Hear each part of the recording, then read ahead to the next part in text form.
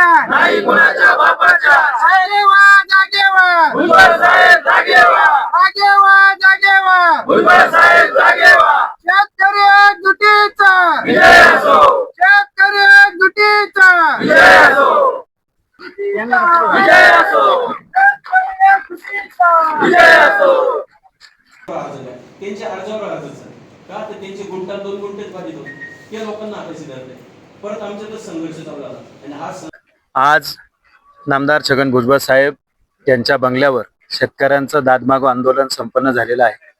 भुजबळ साहेब कांद्याच्या प्रश्नाच्या संदर्भात दिल्लीला अचानक मिटिंग लागल्याने गेले असल्याने त्यांचे OSD जे उपजिल्हाधिकारी या पोस्टवर पण आहेत आणि त्यांचे OSD पण आहेत, त्यांना आम्ही काल झालेल्या जिल्हाधिकाऱ्यांच्या मिटिंगमधला सर्व सारांश त्या ठिकाणी ठरलेली सगळी रणनीती सांगितली.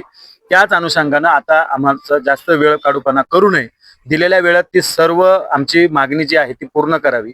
या संदर्भात पुन्हा एकदा जिल्हाधिकारी आणि ते सर्व अधिकारी यांची भुजबळ साहेबांनी शेतकऱ्यांच्या शिष्टमंडळाबरोबर एक बैठक घेऊन त्यांना सक्त ताकीद द्यावी की शेतकऱ्याला कुठेही अन्याय होता कामा नये, शेतकऱ्याला कुठेही दादागिरी कोणी करता कामा नये.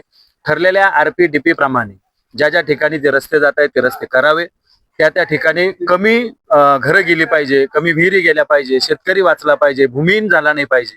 या दृष्टिकोनातून जे जिल्हाधिकाऱ्यांनी काल संदेश आणि आदेश दिलेले आहेत त्याचं तंतोतंत पालन करून शेतकऱ्याला न्याय मिळावा यासाठी भुजबळ साहेबांनी आपला अनुभव आणि आपल्या पदाची त्या ठिकाणची असलेली ताकद शेतकऱ्यांसाठी वापरावी हा निरोप आम्ही OSDच्या माध्यमातून त्यांना दिलाय. त्यांनी सांगितलं का 2 दिवसामध्ये जसे साहेब येतील लगेच तुमच्या सगळ्या शेतकरी आणि प्रशासनासोबत कॉमन मीटिंग भुजबळ साहेबांची आम्ही लावून देऊ. या रिंग रोड मध्ये स्मशानभूमी देखील जाणार आहे.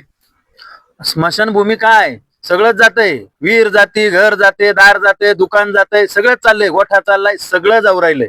आणि मला हे कळत नाही साधू संत काही स्मशानभूमीच्या केलेल्या रस्त्यावरून जातात का हो? आणि आतापर्यंत मी तर 2 कुंभमेळे पाहिले माझ्या वयाच्या अनुषंगाने, कुठे कधी वाटलं नाही का त्र्यंबक रोड सोडून साधू संत कुठून दुसऱ्या रस्त्याने गेलेले आहेत. अहो एक रस्ता आहे तोच तुमच्याकडनं होत नाही आणि कशाला रिंग रोडचा गाठ धरलाय कारण नसताना. त्याच्यामुळं अनुभवी मंत्री आहेत आणि म्हणून त्यांच्याकडे आज दाद मागितलेली आहे.